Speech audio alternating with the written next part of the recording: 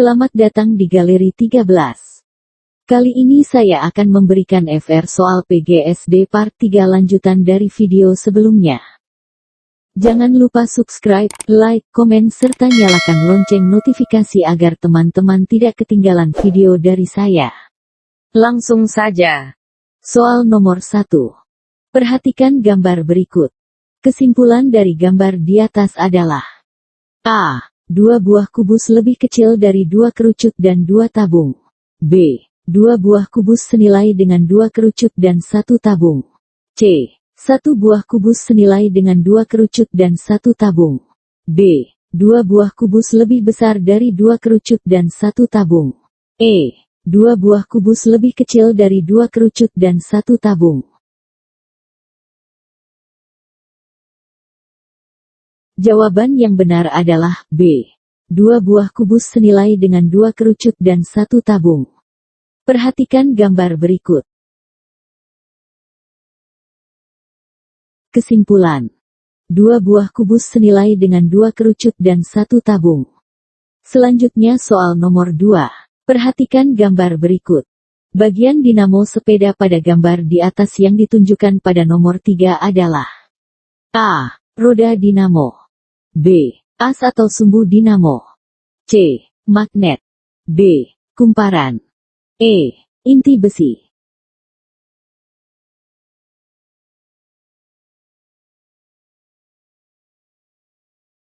Jawaban yang benar adalah C. Magnet. Gambar nomor 1 adalah roda dinamo. Gambar nomor 2 adalah as atau sumbu dinamo. Gambar nomor 3 adalah magnet. Gambar nomor 4 adalah kumparan. Gambar nomor 5 adalah inti besi. Selanjutnya soal nomor 3. Cabang olahraga lari memiliki nomor estafet yang menjadi bagian dalam perlombaan ataupun kejuaraan pada umumnya. Lari estafet adalah nomor beregu yang dilakukan secara bersambung dari start hingga melewati finish dengan pelari sebanyak 4 orang, serta memiliki kewajiban membawa tongkat hingga menyentuh garis akhir. Seperti dilansir dari laman Badan Atletik Dunia, kejuaraan tingkat dunia hingga Olimpiade biasanya diisi dengan 2 nomor yang diperlombakan pada lari estafet yaitu tipe A dengan 4 kali 100 meter dan tipe B dengan 4 kali 400 meter. Dari teks di atas, tim X yang terdiri dari Joko, Leno, Sapri dan Dwi mengikuti lomba estafet tipe B dan Leno adalah pelari pertama dan sudah menyerahkan tongkatnya kepada Budi. Panjang lintasan sisa agar tim X menyelesaikan lomba adalah A. 200 meter. B. 300 meter. C. 4.800 meter. D. 1.200 meter. E. 800 meter. Jawaban yang benar adalah D. 1.200 meter. Panjang lintasan sama dengan 4 dikali 400 meter artinya 4 orang masing-masing harus berlari 400 meter. Jika yang sudah selesai 1 orang maka masih ada 3 orang yang harus menyelesaikan lomba. Panjang lintasan sisa adalah 3 dikali 400 sama dengan 1.200 meter. Selanjutnya soal nomor 4. Denny, Rudi dan Siska adalah 3 bersaudara yang terkenal cerdas dalam membelanjakan uang jajannya. Mereka selalu membeli barang sesuai dengan kebutuhannya. Prinsip hemat tersebut sudah tertanam pada dirinya sejak kecil. Misalkan saja kemarin sore Denny berbelanja di toko Mekar bersama kedua saudaranya, ia membeli 2 pensil dan 1 penghapus seharga Rp7.000. Sementara Rudi hanya membeli 3 pulpen dan 2 pensil seharga Rp7.000. Siska membeli 5 pulpen dan 2 penghapus seharga Rp11.000. Perilaku hidup hemat yang dilakukan Denny, Rudi dan Siska termasuk pengamalan Pancasila sila ke A. 1. B. 2. C. 3. D. 4. E. 5. Jawaban yang benar adalah E. Sila kelima. Hemat adalah sikap yang sesuai dengan pengamalan sila kelima Pancasila. Contoh butir pengamalannya adalah tidak menggunakan hak milik untuk hal-hal yang bersifat pemborosan. Selanjutnya soal nomor 5. Urutan kejadian pemberontakan yang pernah terjadi pasca kemerdekaan Indonesia adalah A. PKI Madiun RMS Maluku G30 SPKI. B. APRA Kartosuwiryo G30 SPKI. C. PRRI RMS Maluku Permesta. D. RMS Maluku Andi Aziz Permesta. E. PKI Madiun RMS Maluku Andi Aziz. Jawaban yang benar adalah A. PKI Madiun RMS Maluku G30 SPKI. Urutan kejadian pemberontakan pasca kemerdekaan adalah 1. PKI Madiun pada tanggal 18 September tahun 1948. 2. Pemberontakan Darul Islam Kartosuwiryo pada tanggal 19 Desember tahun 1948. 3. Peristiwa APRA di Bandung pada tanggal 23 Januari tahun 1950. 4. Peristiwa Andi Aziz di Ujung Pandan pada tanggal 5 April tahun 1950. 5. Peristiwa RMS di Maluku pada tanggal 1 November tahun 1950. 6. Pemberontakan Ibnu Hajar di Kalimantan Selatan.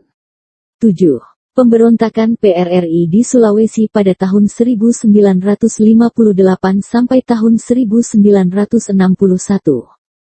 8. Pemberontakan Permesta di Sulawesi pada tahun 1958 sampai tahun 1961. 9. Pemberontakan G30 SPKI pada tanggal 30 September tahun 1965.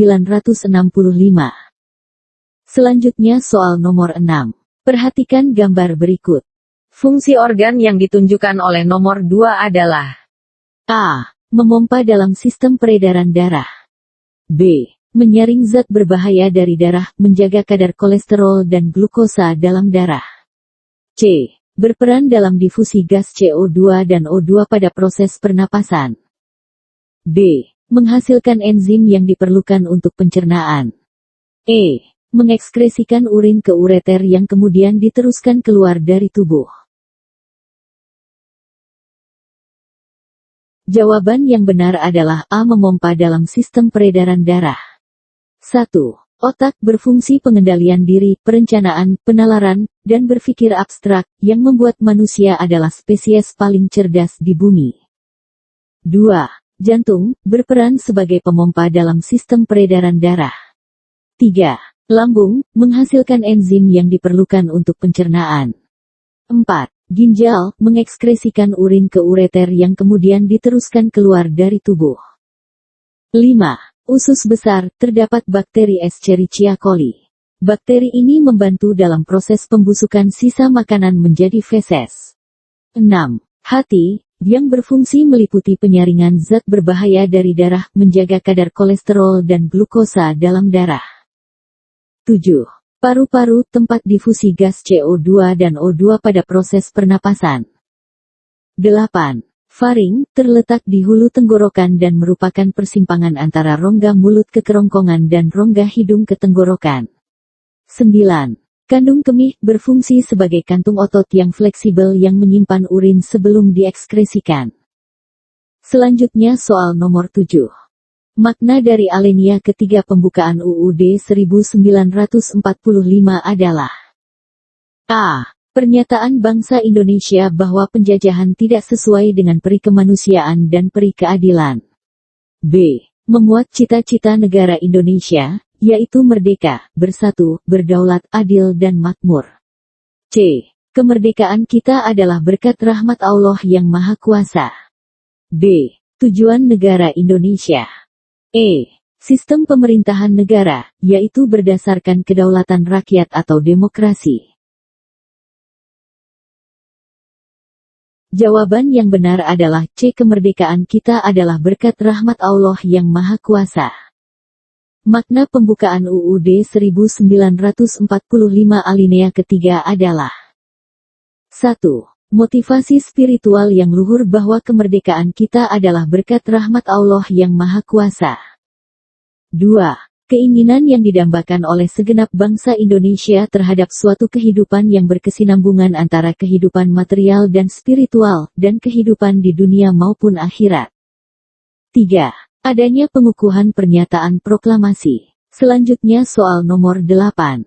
Untuk menyelesaikan kasus Undang-Undang Cipta Kerja, maka lembaga yang memiliki kewenangan dalam menguji undang-undang atau judicial review tersebut adalah A. Mahkamah Agung, B. Mahkamah Konstitusi, C. DPR, D. MPR, E. Pengadilan Tinggi.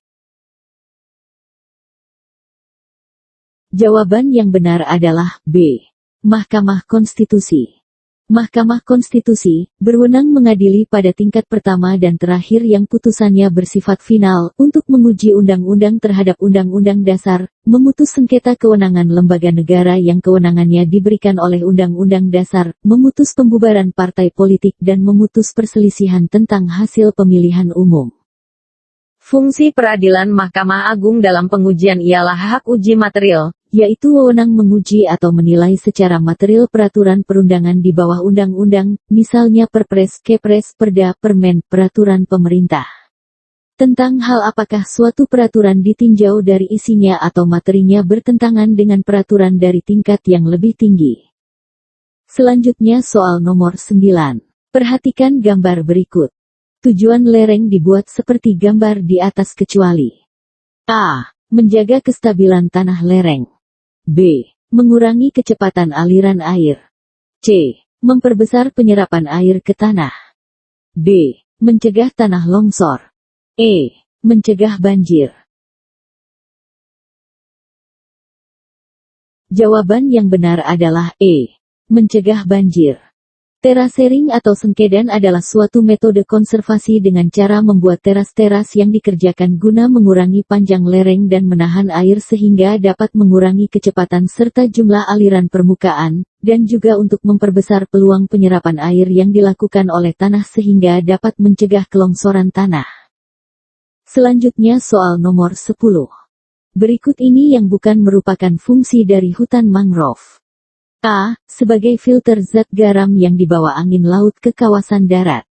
B. Sebagai habitat beberapa jenis air payau. C. Sumber pendapatan bagi masyarakat. D. Tidak dapat dijadikan sebagai kawasan wisata. E. Mencegah tsunami. Jawaban yang benar adalah A. Sebagai filter zat garam yang dibawa angin laut ke kawasan darat.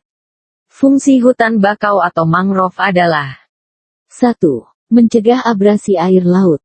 2. Hutan bakau sebagai tempat hidup biota laut. 3. Hutan bakau sebagai sumber makanan bagi hewan ternak. 4. Hutan bakau sebagai sumber pendapatan bagi nelayan. 5. Bahan penghasil obat-obatan. 6. Menahan badai dan angin. 7. Mencegah tsunami. 8. Penyerap karbon dioksida.